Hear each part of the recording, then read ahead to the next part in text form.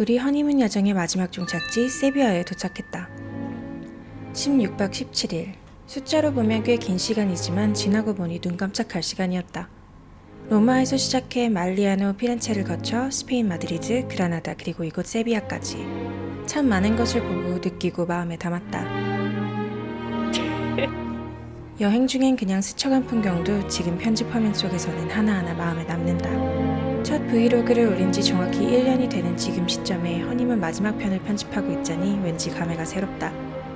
분주했던 서울에서의 직장 생활을 뒤로하고 토론토로 넘어와 꼭 소화해야 할 일정이라는 게 없는 하루하루는 낯설고 감사하면서도 어쩌면 공허해질까봐 조심스러웠다.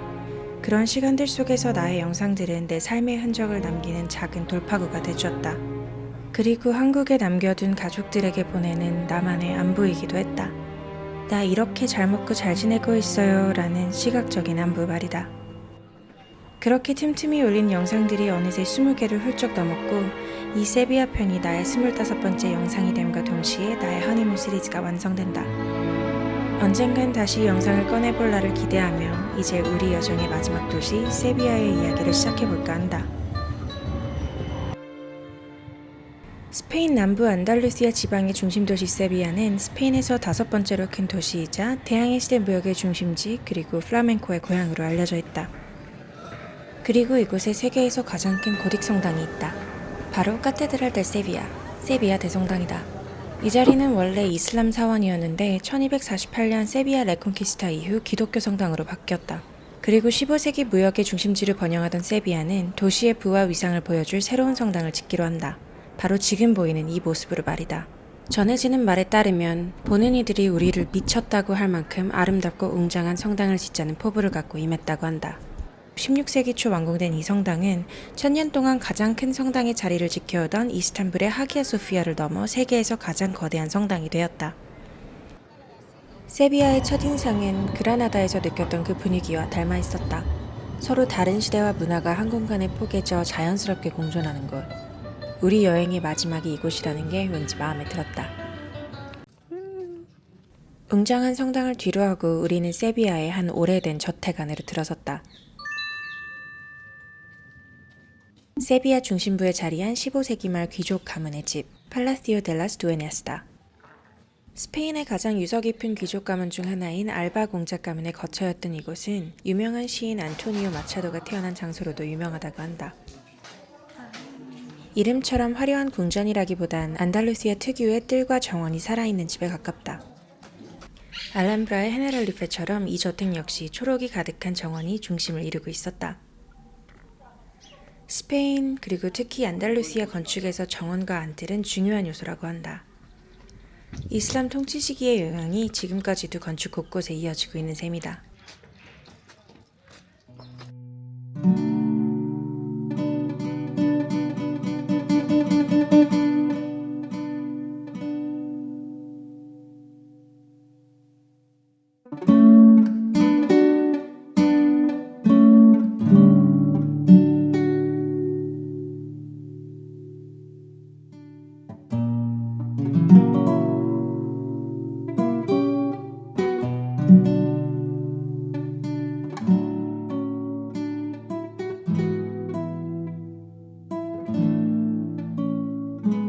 이곳은 관광지라기보다 누군가의 집을 조용히 산책하며 둘러보는 느낌이었다.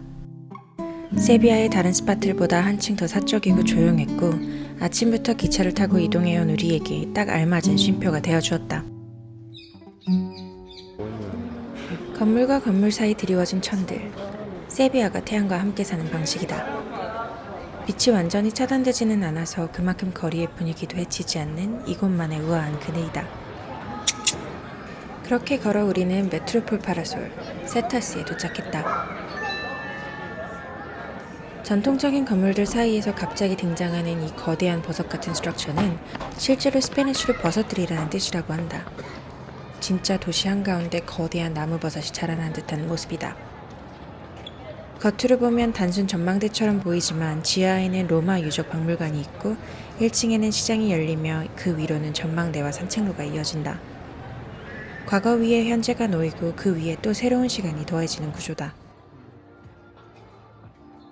처음엔 역사적인 도시 풍경을 해친다는 이유로 많은 반대에 부딪히기도 했다는데 지금은 세비야를 대표하는 노을 명소가 되었고 어느새 이 도시를 상징하는 건축물이 되었다.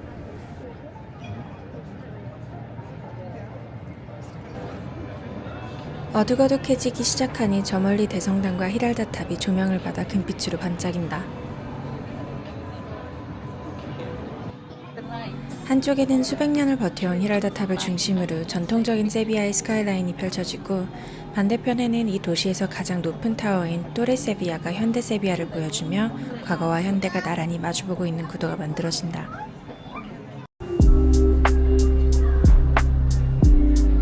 해가 완전히 떨어지자 은은한 음악과 다채로운 조명이 세타스의 리듬감을 더해주며 노을 때와는 확 다른 분위기가 펼쳐진다.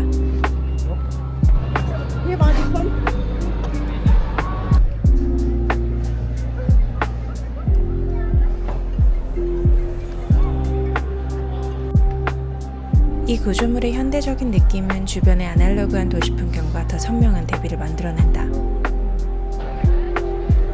수백 년의 시간을 품은 도시 한가운데 마치 미래에서 온 물체가 놓여있는 느낌이었다. 이날 저녁은 급방전과 급허기짐 콤보가 갑자기 찾아와 세타스 근처에서 맛있어 보이는 곳으로 무작정 들어왔다. 식사를 마치고 갖고 나온 치즈케이크 유난히 먹음직스러워 보여 포장을 부탁했는데 이곳은 테이크아웃 용기가 없다며 담당 서버가 가게 접시에 담아 랩까지 씌워서 건네주며 그냥 나중에 돌려달라고 했다. 늦은 밤 호텔에서 맛본 이 치즈케이크는 아마 살면서 먹은 것 중 최고였던 것 같다. 여행 첫날 밤의 설렘과 낯선 도시의 친절이 더해져서였을지도 모르겠다. 우리는 배도 꺼트릴 겸 세비야의 분위기도 조금 더 느껴볼 겸 강 건너 동네 뜨리아나로 향했다. 이곳은 강 하나를 사이에 두고 세비야 본도심과는 또 다른 독특한 정체성을 가진 곳이다. 화려한 궁전과 성당이 가득한 동쪽이 박물관 같다면 서쪽의 뜨리아나는 투박하지만 생동감 넘치는 로컬들의 삶이 그대로 흐르고 있다. 과거 플라멩코와 집시들의 집결지였고 강변의 진흙으로 구워낸 형형색색의 타일 아술레호스가 태어난 고향이기도 하다. 특별한 랜드마크가 있다기보다는 골목 사이사이를 정체 없이 걷는 것만으로 세비야 동네 분위기를 느낄 수 있는 곳이다. 그렇게 발길 닿는 대로 걷던 중 믿기 힘든 광경을 마주하게 됐다. 수십 명의 남자들이 거대한 은빛 구조물을 어깨에 메고 일사불란하게 이동하고 있었다. 알고 보니 트리아나에서 가장 사랑받는 성모 에스페란자의 행렬을 준비하는 리허설 장면이었다.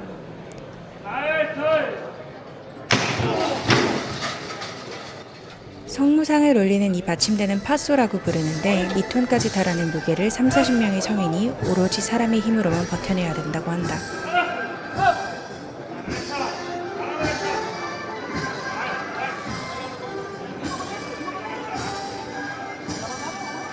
수백 년간 이어온 경건한 전통이 평범한 골목길 위에서 일상이 되는 순간 여행 중 예상치 못한 행운처럼 마주한 그야말로 가장 세비야다운 선물 같은 경험이었다.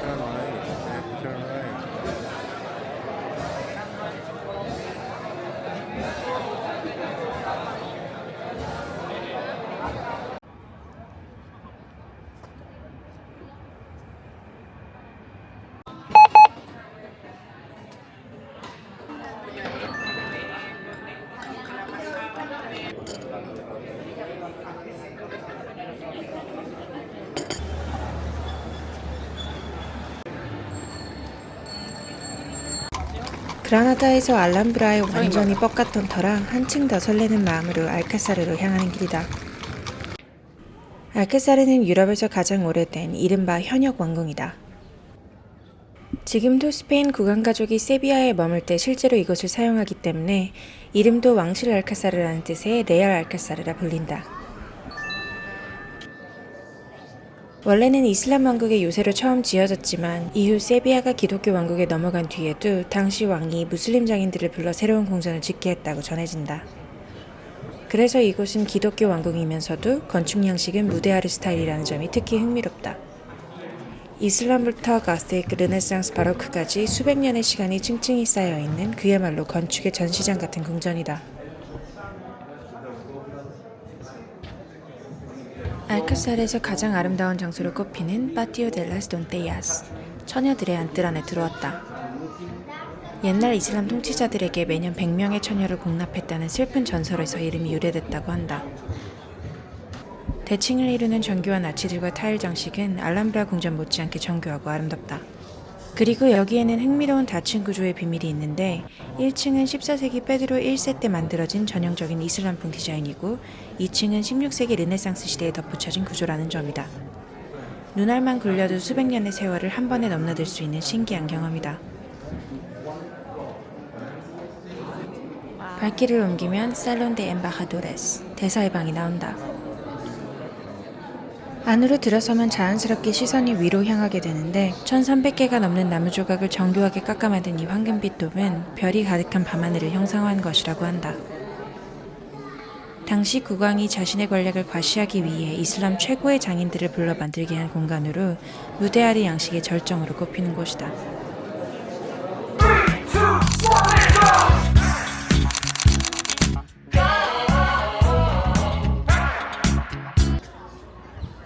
정원으로 나와 동선을 따라 걷다 보면 높은 지대 위로 하나의 연못이 나타난다. 한때 궁전 내 다른 정원들에 물을 공급하던 저수지 역할을 했던 기능적인 연못이라고 한다.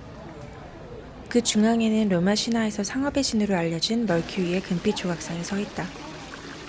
이 조각상은 16세기 당시 대항해 시대에 무역의 중심지로 번성했던 세비야의 경제적 풍요를 상징한다고 한다.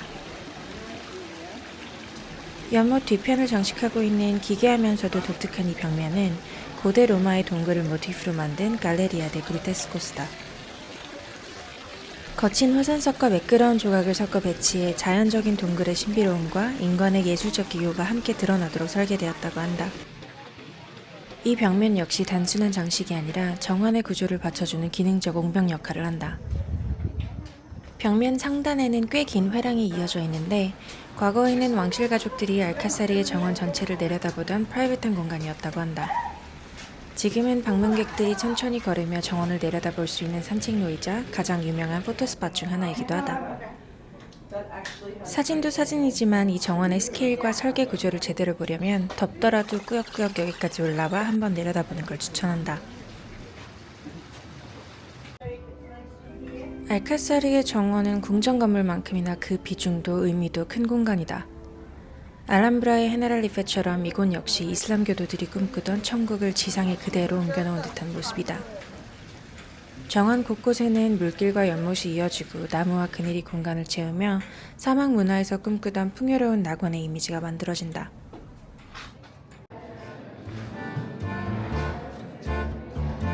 알카사르, 아니 세비야를 걷다 보면 머스타드 옐로우 컬러가 유독 많이 보인다. 건물에 쓰인 이 노란빛은 단순한 장식이 아니라 이 지역에서 나는 알베로라는 흙에서 나온 색으로 강한 안달루시아 햇빛을 반사해 건물을 시원하게 유지하는 실용적인 역할을 한다고 한다. 세비야의 기후와 역사에서 나온 황금빛이 결국 이 도시를 상징하는 색이 되었다니 토론토나 서울 같은 메트로폴리탄에서는 그 도시를 떠올리게 하는 단 하나의 색을 말하기 쉽지 않아서 그런지 괜히 더 멋지게 와닿았다.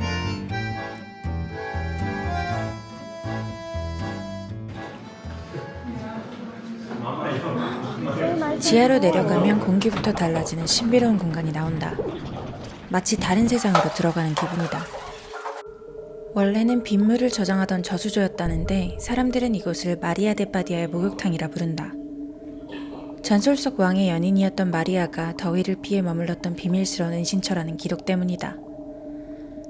왜 하필 이런 어두운 지하에서라고 생각할 법도 한데 실제로 이 공간의 서늘함을 맛보니 그녀가 왜 굳이 여기까지 내려왔는지 단번에 이해하게 됐다. 저수조라고 하기에는 너무나 매력적인 공간이다. 지하 공간을 마지막으로 시간을 거스르는 여행은 여기까지. 우리는 수백 년의 시간을 잠시 산책한 듯한 기분을 안고 알카사르를 천천히 걸어 나왔다.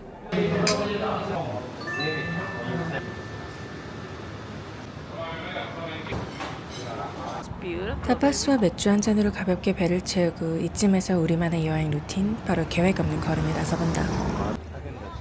발길 닿는 대로 예쁜 건물이 보이면 그쪽으로, 음악 소리가 들리면 또 그쪽으로. 그렇게 떠돌다 보면 신기하게도 매번 행복이 발끝에 따라온다. 세비야는 걷기 좋은 도시다. 랜드마크들이 가까이 모여있어 굳이 목적지를 정하지 않아도 천천히 걸으면서 만나는 풍경이 곧 여행이 된다. 골목과 광장, 오래된 건물들이 만들어내는 그 멋 덕분에 이름 모를 거리에서 만난 낯선 풍경들이 엽서처럼 잔상으로 남는다.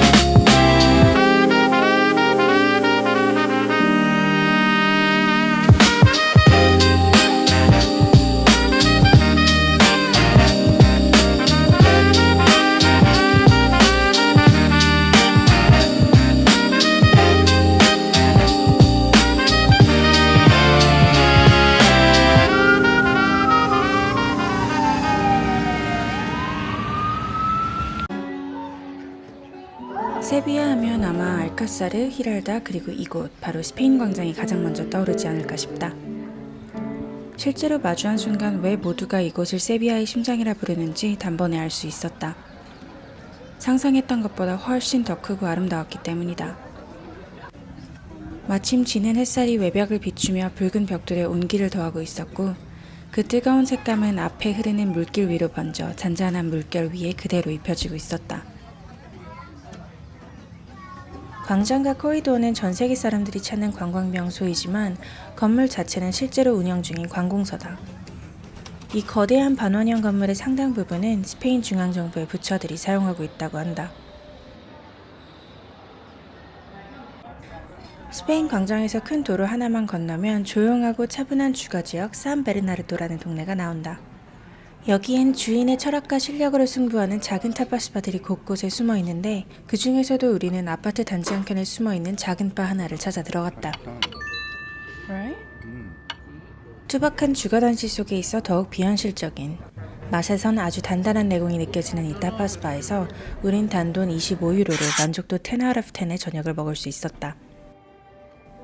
식사를 마친 뒤 다시 광장으로 돌아왔다.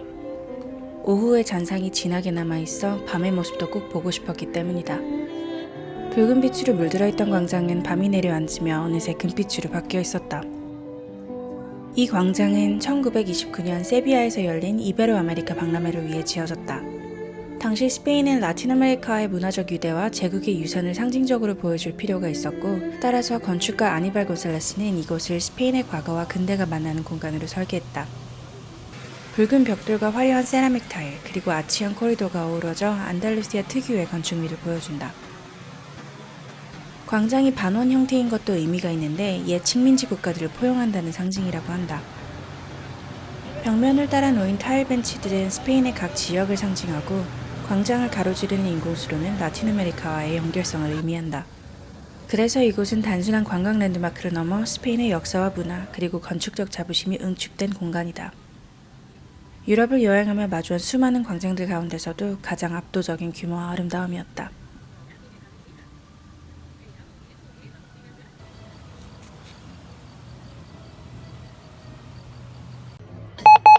며칠 전 치즈케이크를 기꺼이 포장해줬던 그 레스토랑에 플레이트를 돌려줄 겸 다시 들러 겸사겸사 브런치도 먹는 중이다. 맨날 먹는 계란 요리인데 어떻게 이렇게 부드럽게 녹아내리는지 도대체 계란에 무슨 짓을 한 건지 궁금해지는 스페니쉬 오믈렛과 코리안 입맛의 찰떡이었던 억스텔 리조또까지. 아주 훌륭한 시작이다. 오늘은 세비야 성당을 가보려고 한다. 가는 길에 우연히 들은 커피숍인데 오래된 건물을 그대로 살리면서도 과하지 않게 레노베이션되어 적당한 모던함이 묻어나는 아주 매력적인 공간이었다. 옛 것이 가진 멋을 해치지 않으면서 지금의 감각을 살포시 얹어놓은 느낌. 이런 미적 감각은 아마 오랜 시간을 품고 있는 이런 도시에서만 자연스럽게 가질 수 있는 감각일지도 모르겠다. 10월 초라는 게 미만큼 30도를 웃도는 그냥 생 여름 날씨를 견뎌내며 성당으로 가는 중이다.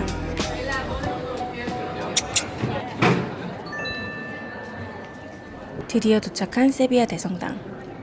세계에서 가장 큰 거틱 양식 성당으로 안에 들어서는 순간 공간의 규모가 비정상적으로 크게 느껴지는 곳으로 유명하다.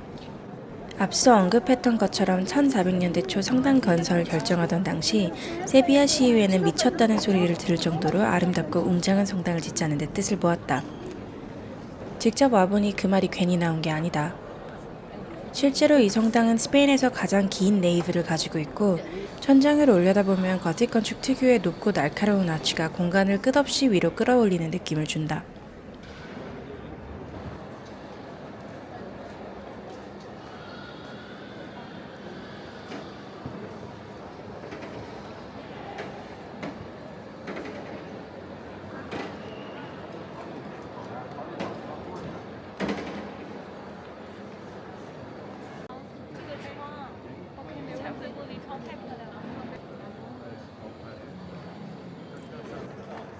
성당의 중심 메인 제다나인 레타블로 마요르. 높이만 20m에 달하는 이 압도적인 조각은 세계 최대 규모의 거틱 제단화 중 하나로 표면 대부분이 실제 금으로 도금되어 있어 어두운 성당 안에서도 형언할 수 없는 광채를 내뿜는다. 그리고 이 성당 안에는 신대륙 향유로 유명한 크리스토퍼 콜럼버스의 무덤이 있다. 이태리 제노바 출신이었던 그는 스페인의 왕실 후원으로 신대륙을 발견했지만 말년엔 모함과 부당한 대우로 왕실의 깊은 배신감을 느꼈고 죽어서도 스페인 땅을 밟지 않겠다는 유언까지 남겼다고 한다. 성당 측은 그의 유언을 존중해 당시 스페인을 구성하던 네 왕국을 상징하는 인물상이 관을 들어 올린 듯한 형태로 무덤을 만들었다. 그래서 지금의 무덤은 실제로 지면에 닿지 않고 공중에 떠있는 듯한 모습으로 남아있다. 성당의 메인 건물은 15세기에 완전히 새로 지은 것이지만 아직도 이슬람 시대의 흔적이 온전히 남아있는 곳이 있다. 성당 바로 옆에 우뚝 솟은 히랄다 종탑이다. 104m 높이로 세비야 스카이라인의 상징 같은 히랄다는 레콘키스타 이후 성당의 종탑으로 용도가 바뀌어 지금까지 그 시간을 이어오고 있다. 우리는 온 김에 히랄다 꼭대기까지 한번 올라가 보기로 했다. 그러면서 알게 된 이 탑의 흥미로운 점은 정상으로 올라가는 길이 계단이 아닌 끝없는 경사로로 되어 있다는 것이다. 당시 관리들이 말을 타고 탑 정상까지 올라갈 수 있도록 설계했기 때문이라는데 말을 배려한 설계 덕분에 인간인 우리 역시 34개의 구간을 뱅글뱅글 돌아 올라가야만 한다. 올라가는 중간중간 창밖으로 마주하는 세비야의 전경, 그리고 손에 잡힐 듯 가까워지는 대성당의 디테일은 분명 매력적이다. 다만 날씨가 매우 좋거나 체력이 남아도는 상황이 아니라면 과감히 스킵하라고 말하고 싶다.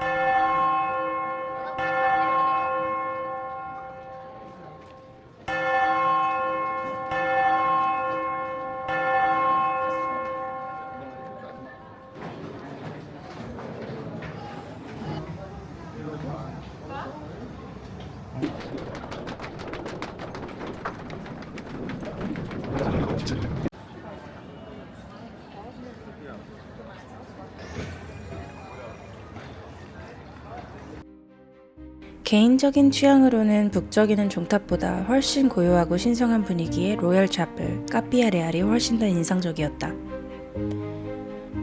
세비야를 이슬람 세력에서 탈환한 페르난도 3세를 비롯한 스페인 국왕들이 잠든 이곳은 바로크 양식 특유의 장엄함을 내뿜는 왕실 묘당이자 성스러운 성지 그 자체다.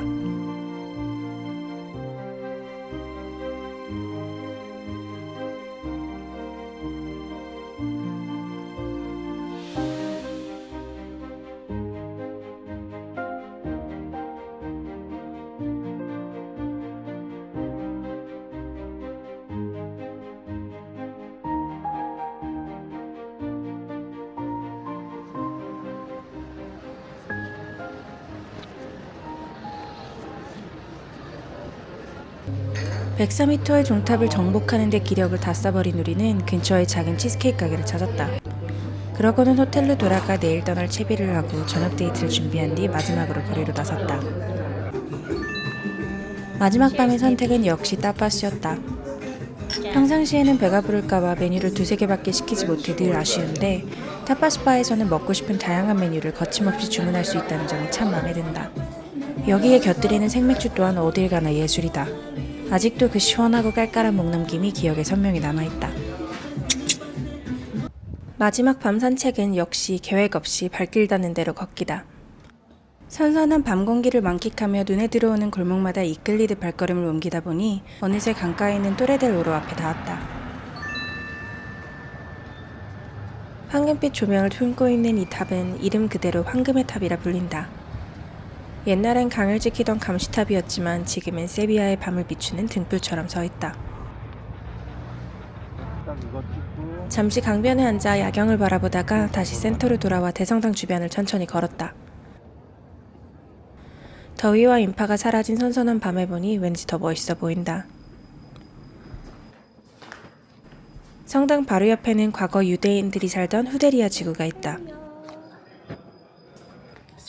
중세시대 세비야에는 꽤 많은 유대인이 이 지역에 모여 살았지만 14세기 반유대인 폭동으로 많은 이들이 도시를 떠나거나 목숨을 잃었다고 한다. 그럼에도 이곳에는 그 시절의 흔적과 분위기가 여전히 골목 곳곳에 남아있다. 미로처럼 얽힌 좁은 골목과 하얀 집들이 만들어내는 이 동네의 풍경은 걷는 것만으로도 시간을 거슬러 올라가는 듯한 기분을 선사한다. 후데리아의 골목들은 무더운 세비야의 기후를 견디기 위해 건물 사이에 그늘을 만들고 바람이 흐르도록 설계했다고 한다. 그들의 생활 방식과 지혜가 지금까지도 고스란히 남아있는 셈이다. 그 중에서도 가장 인상 깊었던 곳은 물의 골목이라 불리는 까에야 델 아구아다. 오른쪽 벽은 알카사르 궁전의 성벽으로 과거에는 이 벽을 따라 물을 실어 나르던 수로가 지나갔다고 한다. 그래서 물의 골목이라는 이름이 붙게 된 거다. 한쪽에는 묵직한 성벽이, 다른 한쪽에는 오래된 고택들이 빽빽이 이어져 있어 이 이색적인 풍경 사이를 걷다 보면 마치 수백 년 전 세비야 속으로 들어온 듯한 묘한 기분이 든다. 골목 끝에 다다를 무렵 고요하던 정적을 깨듯 멀리서 음악 소리가 들려왔다. 그 소리에 이끌려가 보니 불빛으로 가득한 바들이 줄지어 있는 골목 중간에서 한 여자가 검은 치맛자락을 휘두르며 플라멩코를 추고 있었다. 꼭 한번 직접 보고 싶었던 순간을 마지막 밤에 이렇게 가까이에서 마주하다니 이보다 더 스페인다운 엔딩이 있을까 싶었다.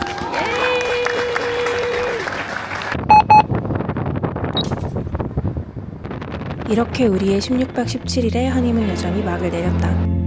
이태리에서 3도시, 스페인에서 또 3도시, 총 6도시를 매일 2만 보씩 어깨를 맞대고 걸으며 우리는 따뜻한, 아니 뜨거운 동행을 했다. 발이 아릴 만큼 걸은 그 시간 덕분에 그만큼의 풍경과 이야기, 그리고 우리만의 리듬을 쌓아갔다.